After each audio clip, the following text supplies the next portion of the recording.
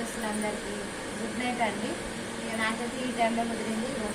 మెంతులు పేపర్ వేసి మిక్సీ పట్టిన, నైట్ నానబెట్టిన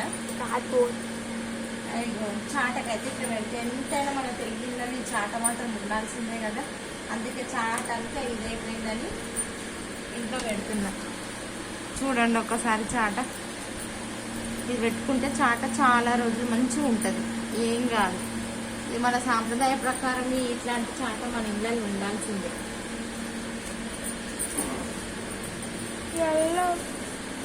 అట్లా బాగా పెడితే మంచిగా అనిపిస్తుంది.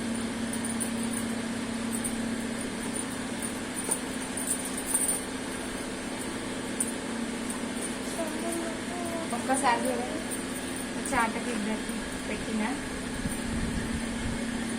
మెంతులు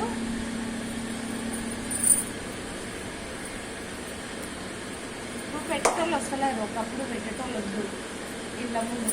కానీ ఇప్పుడు చాలా మంది ప్లాస్టిక్ చాట లేని, నా దగ్గర కూడా ప్లాస్టిక్ చాట ఉంది.